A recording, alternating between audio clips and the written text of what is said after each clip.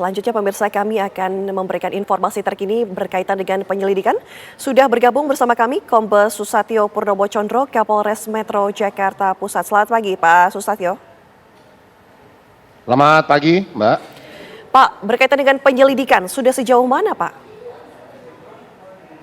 Baik, sejak kemarin pasca pendinginan kemudian Damkar melaksanakan tugasnya, kemarin juga sudah mulai dari tim Puslap 4 Mabes Polri datang untuk melakukan olah TKP, dan paralel dengan kegiatan dengan Puslap 4, kami di jajaran Polres Jakarta Pusat juga melaksanakan pemeriksaan terhadap 6 orang dari karyawan, baik itu dari bagian gudang, perkesi dan sebagainya, termasuk juga dari ketua RT setempat.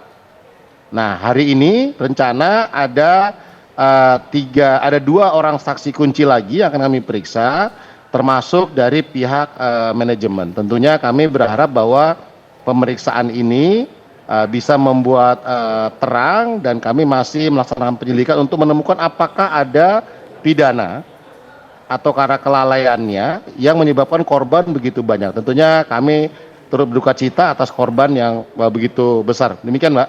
Oke, Pak Susatyo, kami juga ingin konfirmasi, gedung tersebut dikabarkan hanya memiliki 1 pintu keluar masuk saja, tidak ada pintu exit lainnya, tidak ada pintu darurat begitu Pak. Bagaimana Pak?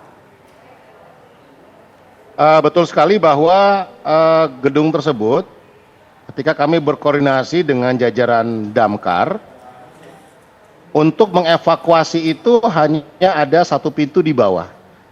Termasuk yang kita lihat banyak karyawan yang mengevakuasi dari rantai rooftop lantai 7 menggunakan tangga, sehingga memang tidak ada pintu darurat lainnya, kecuali memang hanya 1 pintu di bawah serta tangga yang menuju ke sampai dengan lantai 6 dan rooftop.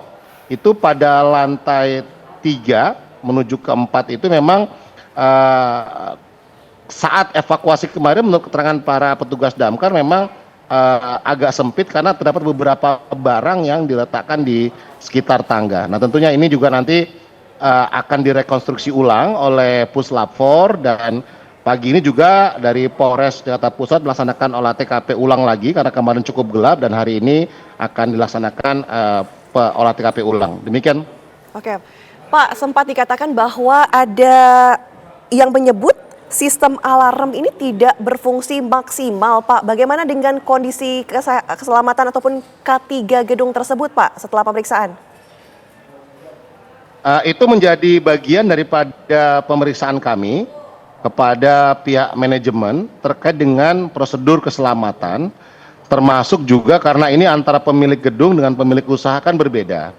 Artinya kepada pemilik usaha tersebut, mengapa memilih gedung tersebut dengan tingkat resiko, ada barang-barang dan sebagainya cukup tinggi, sementara sarana pengamanannya juga apakah diperhitungkan. Nah, tentunya ini masih dalam penyelidikan, nanti akan kami sampaikan perkembangannya berdasarkan keterangan para saksi, akan dipadukan dengan keterangan dari hasil Puslap 4. Nanti kami akan gelar perkara terkait dengan perkara ini. Oke. Pak, untuk indikasi ataupun sabotase atas kejadian ini, adakah kemungkinan tersebut?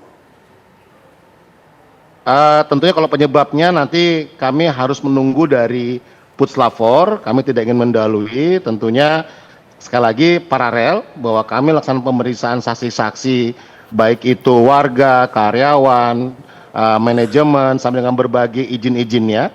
Dan paralel juga nanti hari Puslap 4 juga akan menyampaikan hasil temuan mereka terkait dengan sumber api, penyebab dan sebagainya. Nanti kita akan sampaikan perkembangannya. Sementara itu bisa kami sampaikan, Pak.